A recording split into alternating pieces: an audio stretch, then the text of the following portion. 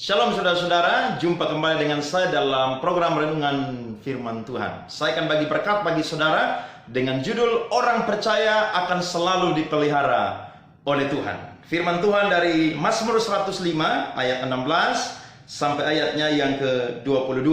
Ketika ia mendatangkan kelaparan ke atas negeri itu dan menghancurkan seluruh persediaan makanan, diutusnyalah seorang mendahului mereka, Yusuf yang dijual menjadi budak. Mereka mengimpit kakinya dengan belenggu, lehernya masuk ke dalam besi, sampai saat firman-Nya sudah genap dan janji Tuhan membenarkannya.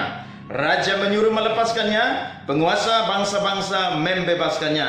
Dijadikannya dia tuan atas istananya dan kuasa atas segala harta kepunyaannya, untuk memberikan petunjuk kepada para pembesarnya sekehendak hatinya dan mengajarkan hikmat kepada para tuannya. Saudara dan saya, ketika kita rajin atau tekun mempelajari Alkitab, maka kita akan menemukan kisah-kisah yang sangat memberkati hidup dan perjalanan iman percaya kita kepada Tuhan. Salah satu yang saya yakin menjadi berkat bagi saya dan saudara adalah kisah tentang Yusuf. Yusuf adalah seorang anak yang dikasihi oleh ayahnya yang bernama Yakub.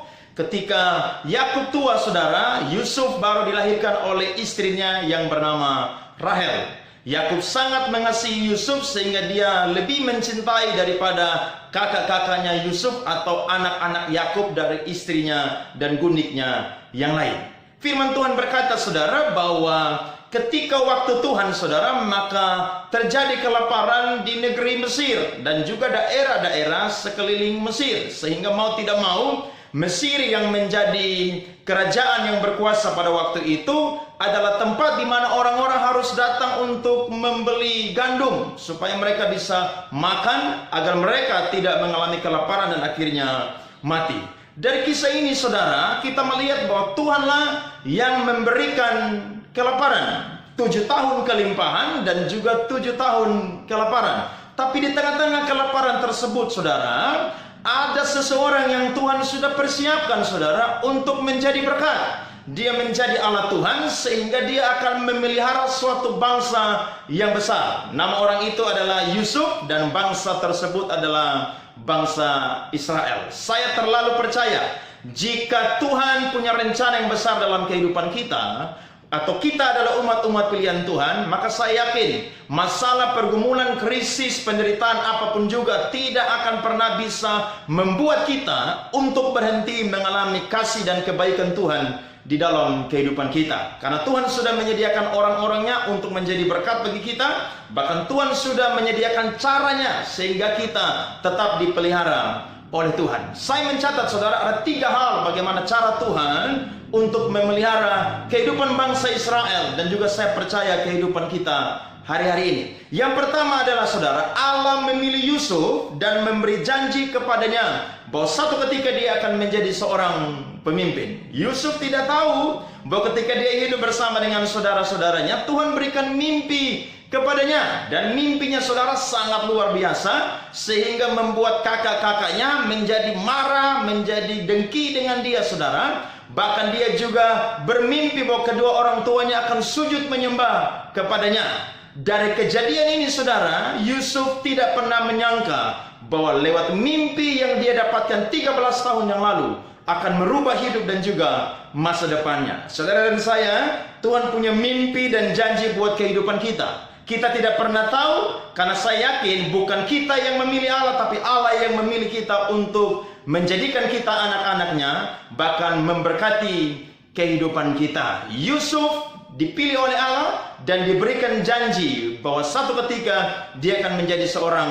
pemimpin. Bukan, saudara, dengan mudah dia bisa sampai menjadi seorang pemimpin, tapi ada begitu banyak proses, masalah, pergumulan yang dihadapi. Tapi ketika janji Tuhan diberikan, Allah setia dengan janjinya untuk menggenapi kepada orang-orang yang sudah dipilihnya. Kalau hari ini saudara dan saya menghadapi pergumulan, kita ada di pandemi COVID-19 yang membuat banyak orang ketakutan, pekerjaan sulit, makan sulit. Saya yakin kalau saudara orang benar, saudara akan tetap dipelihara oleh Tuhan. Karena Tuhan sudah memiliki orang-orang di sana untuk menolong saudara dan saya. Bahkan Tuhan punya cara untuk bisa menolong saudara dan saya ketika keadaan krisis terjadi dalam kehidupan kita. Yang kedua saudara adalah Allah memakai kejahatan untuk menggenapi rencananya bagi kehidupan Yusuf. Saudara, tidak mudah untuk kita bisa menikmati berkat dan janji-janji Tuhan dalam kehidupan kita.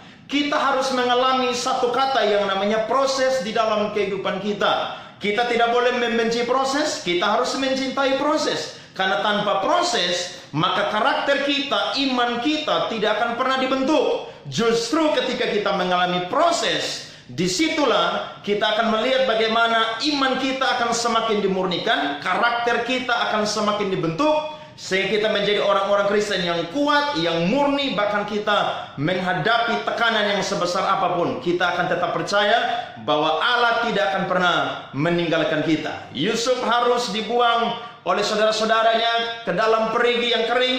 Kemudian dia dijual kepada seorang khalifah. Kemudian dia dijual lagi kepada Potifar. Sampai di rumah Potifar dia harus difitnah dan akhirnya dia masuk penjara lagi saudara. Ketika dia masuk penjara, dia menolong juru minum dan juru roti. Ketika mereka sudah ditolong, mereka lupa akan Yusuf. Tapi saya percaya Allah punya waktu dan cara tertentu untuk bisa menolong kehidupan kita. Dia tidak pernah kurang cara untuk bisa mengangkat kehidupan kita. Karena sekalipun kita jatuh, firman Tuhan berkata, kita tidak akan sampai tergeletak. Dan waktu Tuhan tiba, akhirnya Yusuf saudara bisa menafsirkan mimpi dari Firaun. Dan Firaun berkata bahwa tidak ada orang yang seperti Yusuf. Yusuf diberikan kepercayaan dan akhirnya dia menjadi orang nomor 2 di Mesir. Siapakah yang bisa membawa Yusuf untuk menikmati janji Tuhan? Tuhan sendiri. Siapakah yang memakai rancangan atau kejahatan yang Yusuf harus lalui dalam kehidupannya? Tuhan sendiri. Itu sebabnya percaya bahwa Allah turut bekerja dalam segala sesuatu untuk mendatangkan kebaikan bagi setiap orang yang percaya kepadanya. Cintailah proses, cintailah apa yang Tuhan berikan hari-hari ini dalam kehidupan kita. Karena saya yakin Tuhan tidak akan pernah meninggalkan saudara dan saya. Dan yang ketiga adalah Allah mencukupi kebutuhan bangsa Israel melalui Yusuf. Saudara-saudaranya ingin menghancurkan hidup Yusuf dan mimpi Yusuf. Mereka melakukan kejahatan, mereka menjual dia. Tapi saudara lihat, Tuhan tahu bahwa akan terjadi kelaparan satu ketika. Maka Tuhan akan mengutus seseorang yang bernama Yusuf. Dia harus ada di Mesir supaya dia bisa memelihara kehidupan suatu bangsa yang besar, yakni bangsa Israel. Orang-orang bisa menderita kelaparan, tapi orang Israel diam di tanah Goshen. Mereka dipelihara oleh Tuhan. Saya percaya di tengah pandemi COVID sekalipun juga singa-singa merana kelaparan, tapi orang yang percaya kepada Tuhan tidak kekurangan suatu apapun yang baik. Bahkan orang percaya akan makan dengan sekenyang-kenyangnya. Saudara dan saya, jadilah orang-orang yang percaya. Tuhan sudah tahu apa yang terjadi di depan kita. Karena Tuhan kita adalah Tuhan yang menciptakan segala-galanya. Bahkan waktu pun juga diciptakan oleh Tuhan. Berarti Tuhan tahu waktu ke depan apa yang terjadi. Allah sudah tahu, bahkan Allah ada di sana. Dia akan menyediakan orang-orang untuk menolong kita. Bahkan dia akan bikin cara sehingga kita akan menjadi orang-orang yang tidak ditinggalkan, tapi kita akan tetap dipelihara oleh Tuhan. Karena dia setia, dia tidak berubah. Dahulu, hari ini, esok, bahkan sampai selama-lamanya. Kiranya firman Tuhan memberkati saudara, tetap kuat di masa sukar hari-hari ini, karena saya yakin orang percaya akan selalu dipelihara oleh Tuhan. Amin.